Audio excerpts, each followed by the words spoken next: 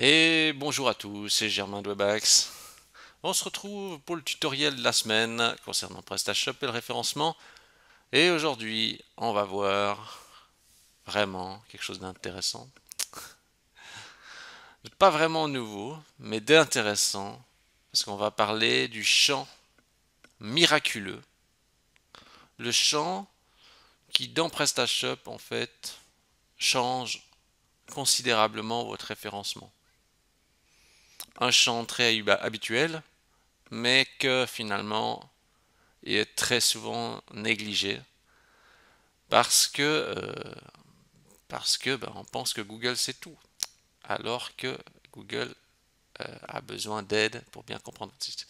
Alors, première chose qu'il faut savoir, c'est que bon, on dit souvent Google est très complexe, et c'est ce qui est vrai, et personne ne sait vraiment comment il fonctionne au niveau de l'algorithme. On fait des suggestions, on fait des suppositions de comment ça fonctionne. Euh, Aujourd'hui, le problème avec le référencement, c'est qu'on cherche justement des solutions ben, très compliquées à un problème qui est relativement simple. Et du coup, on s'égare, on se pose beaucoup de questions de dire qu'est-ce que je dois faire, est-ce qu'il faut que je fasse ci, je fasse ça, etc. Et ben, c'est problématique parce qu'on n'arrive pas à trouver le bon chemin. Alors moi, mon conseil, c'est de partir de quelque chose qu'on connaît. Euh, Ce que vous savez, c'est que les gens, et vos clients, les internautes, font une recherche depuis un champ de recherche où ils écrivent quelque chose. Ça, on est certain. Quand on va dans Google, on a un champ et on tape quelque chose et une page doit sortir. Euh, si, euh, si je cherche une niche pour chien en bois, c'est pas pareil qu'une niche super doggy. C'est important.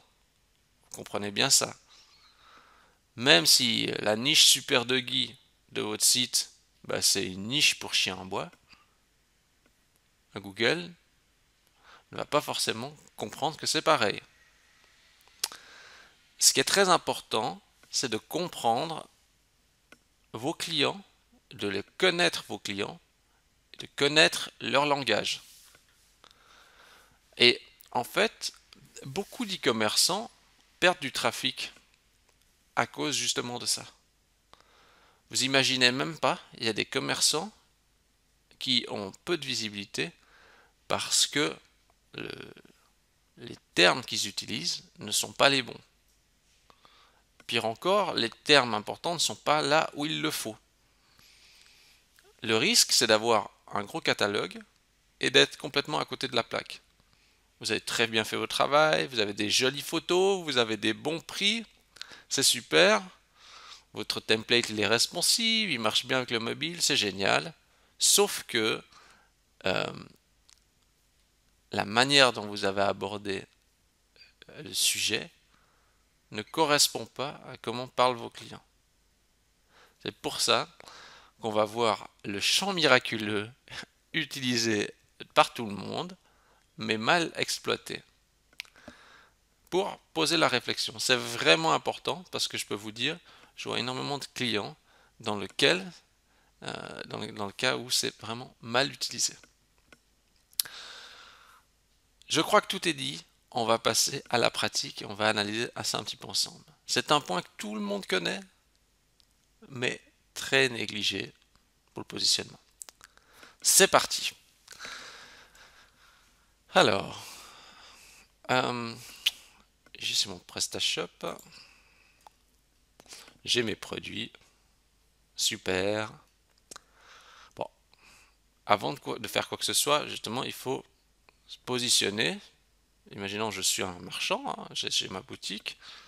Il faut se positionner sur une requête recherchée. Euh, Imaginons, oublions la complexité de Google. Mettez-vous en tête que vous allez créer Google, hein. Il n'y a pas de cette notion de backlink, de notoriété, etc. On oublie tout ça.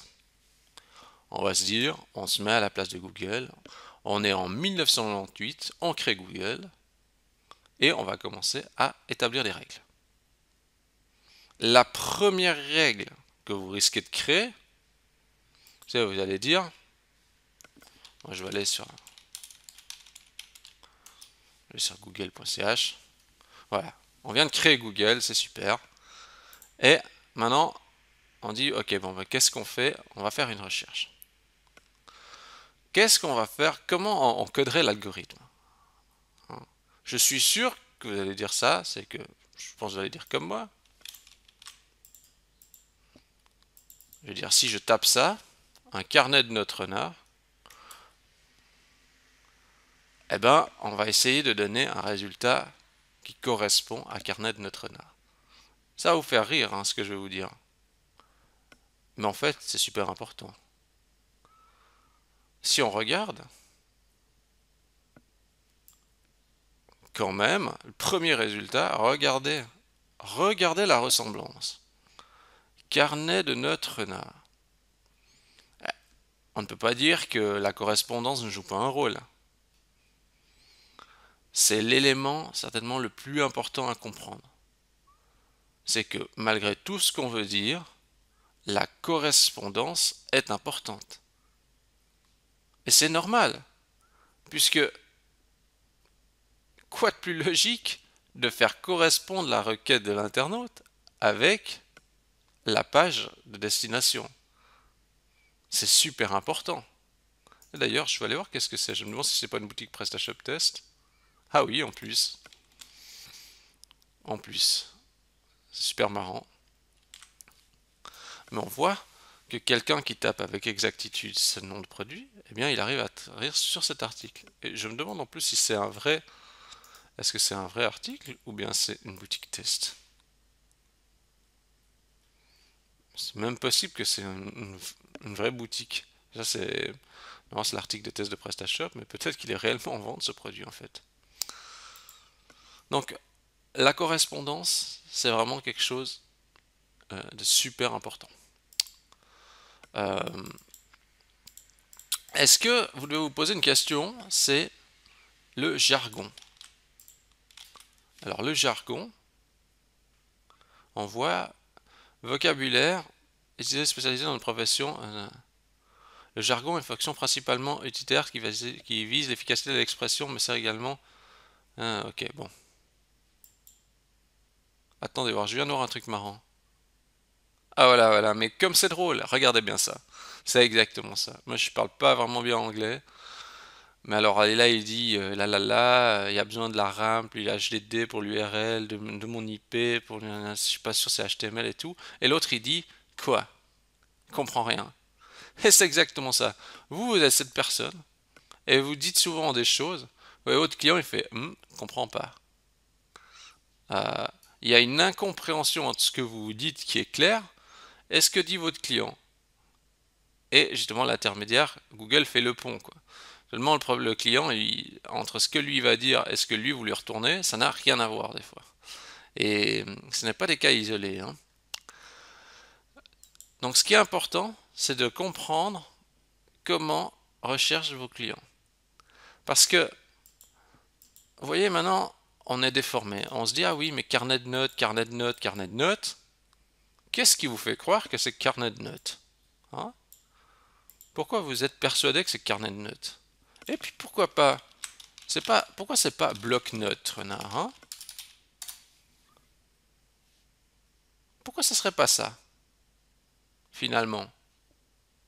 Ah, puis pourquoi pas, ça serait comme ça, peut-être, bloc-notes, renard. Ça, c'est assez proche, quand même. Et en fait, je vais déjà juste comparer.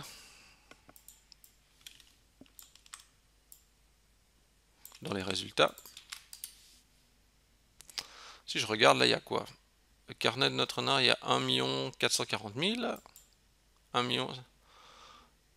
Alors, on voit que ça se tient déjà au niveau des résultats. Il n'y a pas genre un qui n'est pas utilisé du tout et puis l'autre beaucoup.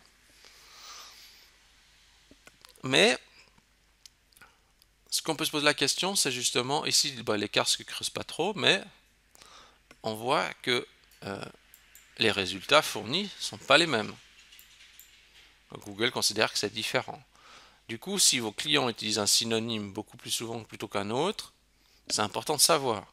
Sinon, vous pouvez vous positionner sur une requête beaucoup moins populaire, ce qui peut être des fois bien parce qu'il y a moins de concurrence, du coup, vous ramassez les gens.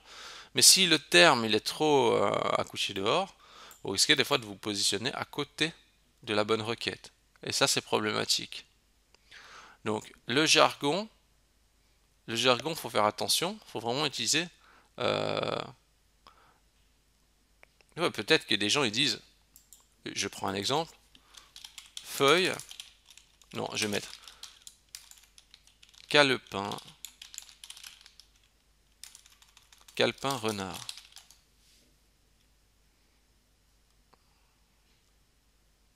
Voilà, ben, prenons un exemple comme ça. D'ailleurs, on va vérifier si calepin, on écrit bien comme ça, calepin.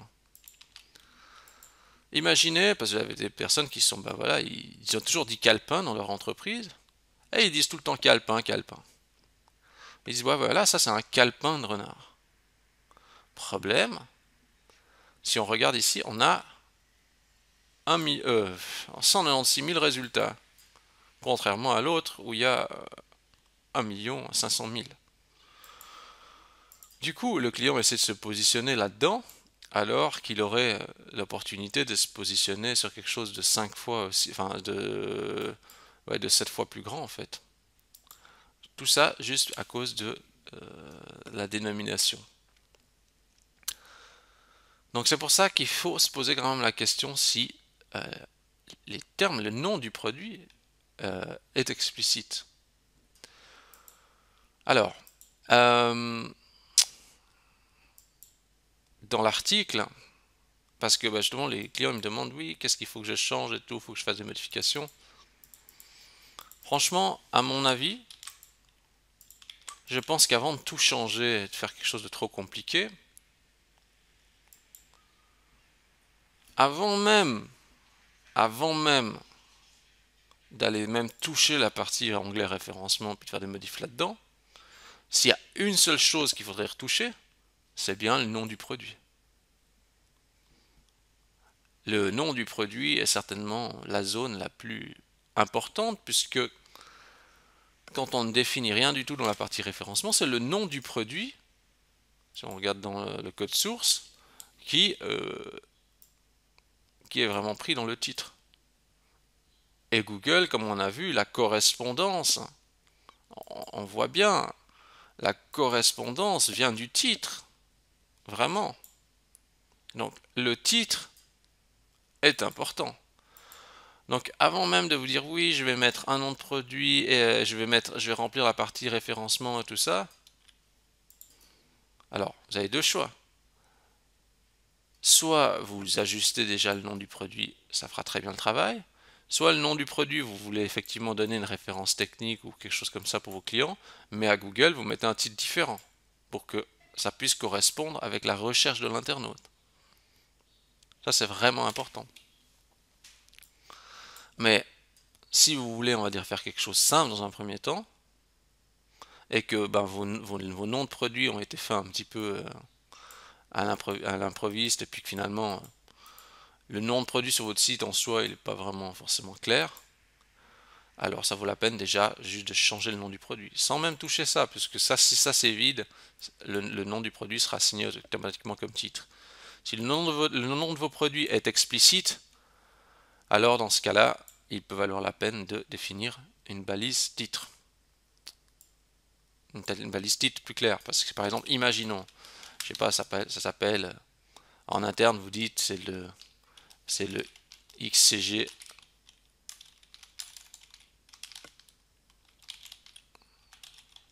Voilà, c'est le XCG Renard Super Killer. Bon, ok, bah ça, au niveau de Google, bah, ça veut rien dire du tout.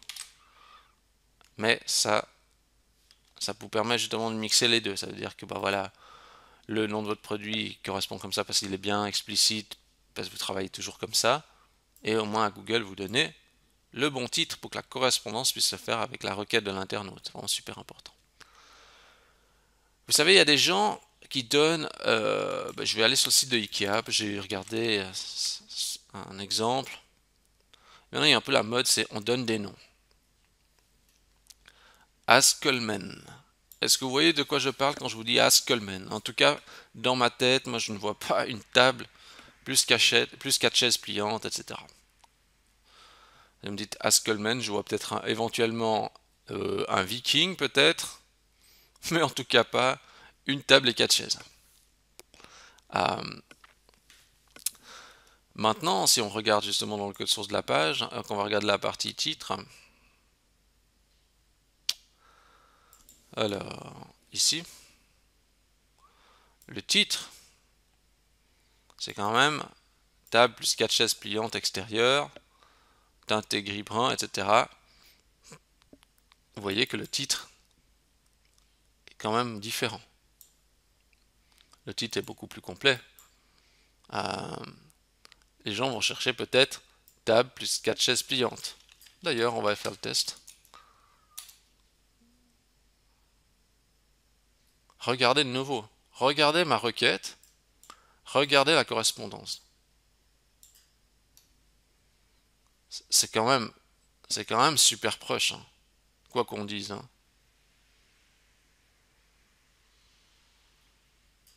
La correspondance est certainement quelque chose de vraiment important. Donc, le nom du produit il est souvent négligé, mais ça risque de vous causer problème aussi à d'autres niveaux. Je vais vous montrer un exemple. Regardons avec cet article. Je vais taper siège de bureau et gamer rouge. Est-ce que vous voyez où je veux en venir? Imaginons que moi je cherche un siège de bureau gamer rouge. Bon. Est-ce que ce que j'y vois ici est explicite? Siège de gamer rouge et noir. Alors, il y a plusieurs couleurs, c'est vrai, mais on voit que ça correspond. Si je regarde mon produit, ça correspond. Peut-être le produit dont j'ai besoin. Mais le problème, c'est de nouveau la même chose, c'est que ici, le nom du, on voit, je dois là le titre, je dois exactement le titre qui a été mis dans la page.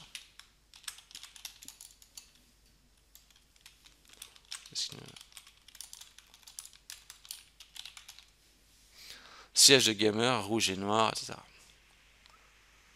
Vous voyez qu'il y a bien la correspondance. Le truc, c'est que si j'ai mis que c'est siège de gamer, euh, Victory, ah ben je vais faire ça.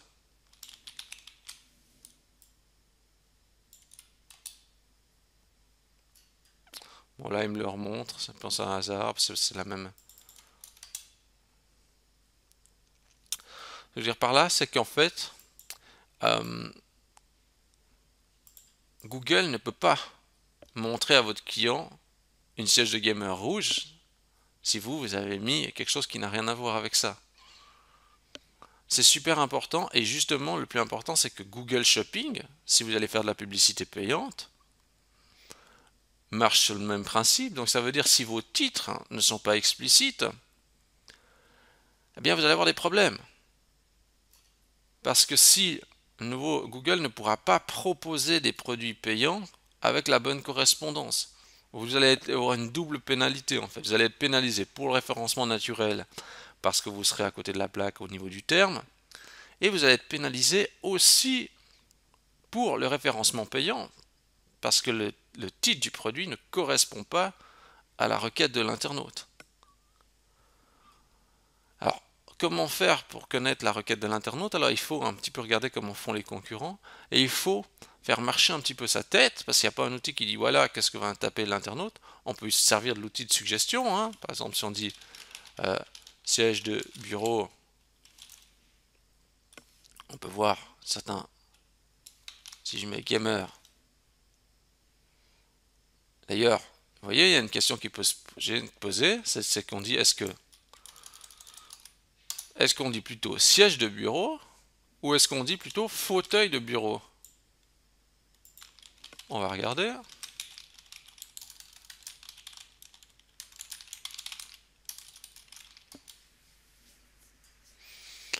Fauteuil de bureau. 50 900 000. Moi, je dirais plutôt siège de bureau, vous voyez. 50 900 000 et l'autre 179. Attendez, voilà, je dis 50 900 000 et l'autre 179 millions. Ouais, donc siège de bureau. Mais attendez, on oublie quelque chose là. C'était quoi? C'était chaise de bureau. Qu'est-ce qui est le plus populaire? 78 millions, 50 millions, 179 millions. Alors, vous voyez, il y a un truc déjà qui me surprend, c'est que moi, je dis plutôt chaise de bureau, la requête entre deux. Je dis pas vraiment fauteuil de bureau, mais apparemment déjà fauteuil de bureau, il y a beaucoup de gens qui disent ça, fauteuil de bureau. Chaise de bureau, c'est ce que je dirais plutôt, c'est je vais acheter une chaise de bureau pour le travail. Je dirais une chaise de bureau pour le travail. Mais c'est vrai que moi je dis pas je vais acheter un siège de bureau. Hein. J'ai presque l'impression que ça devient un aristocrate, il dit un siège de bureau. Et pourtant, siège de bureau donne beaucoup de résultats. Ce qui est à la fois bien et à la fois moins bien aussi parce que, je veux dire, il y a plus de concurrence. Mais on voit, alors là, excusez-moi, là je suis dans les annonces payantes, mais si je regarde, on est toujours dans les annonces, chaise de bureau. Alors, ici il y a des trucs assez amusants, c'est qu'on voit qu'il y a de ceux qui remontent alors qu'ils n'ont pas directement le terme siège de bureau dans le haut, c'est plutôt fauteuil de bureau. Alors il y a aussi une histoire de notoriété de sites et de backlink, ça je pense. Je regarde un petit peu plus loin. Chaise de bureau. Chaise de bureau. C'est marrant parce qu'ici on voit pas de terme vraiment siège de bureau et pourtant la requête retourne beaucoup de résultats. Ce qu'il faut savoir, c'est qu'aussi donc il faut jouer avec la mixité. Ça veut dire vous pouvez très bien dire ok, à certains on va mettre chaise de bureau, à d'autres on va mettre fauteuil de bureau et à d'autres on va mettre chaise de bureau. Chaise de bureau, siège de bureau, fauteuil de bureau. Puis de dire ok bon, on va répartir dans une catégorie et on va peut-être mettre 30% en siège, 30% en fauteuil, 30% en chaise, voilà. Comme ça vous mixez. Voilà. Bon, bah, je crois que je vais pas m'éterniser plus longtemps. Vous allez dire, ouais, mais là, qu'est-ce que tu nous as fait? Tu nous as expliqué la balise title, mais ça on sait. Ah, ça paraît simple, mais en fait, c'est moins simple que ça en a l'air, parce que le grand secret, c'est de penser à la tête du client et se dire, enfin, de se mettre à la place du client et de penser qu'est-ce qu'il peut faire pour faire la correspondance. Et si vous réfléchissez bien et que vous arrivez à mettre à leur place, je pense que vous pouvez vraiment gagner en trafic parce que vous arrivez à mieux positionner vos pages en ayant la correspondance. Vous avez vu, on a essayé de simuler comme si on allait créer un Google en 1998. La première chose qu'on va faire, on va dire ah ouais, on va essayer de faire correspondre ça avec le titre de la page. C'est tellement logique, oui, mais souvent on oublie de se dire ah oui, mais qu'est-ce que les clients ils tapent dans la box de recherche? Parce que c'est quand même ça qui détermine tout le reste derrière. Je crois que tout est dit. Maintenant, je vous laisse vous porter la réflexion et regarder un peu de votre côté si vous avez bien optimisé cette partie-là, qui est un élément essentiel de votre boutique. Et sur ce, si vous avez aimé cette vidéo, je vous invite à liker la vidéo. Vous pouvez vous abonner à la chaîne YouTube. Vous pouvez noter Webax dans Google, ça me fait super plaisir. Recherchez Webax, W-E-B-A-X dans Google. Vous pouvez me donner 5 étoiles, ça me fait super plaisir. Et sur ce, je vous dis bon tutoriel à tous. Enfin, bon tutoriel, bonne optimisation à tous. Et à la semaine prochaine. Merci pour votre fidélité.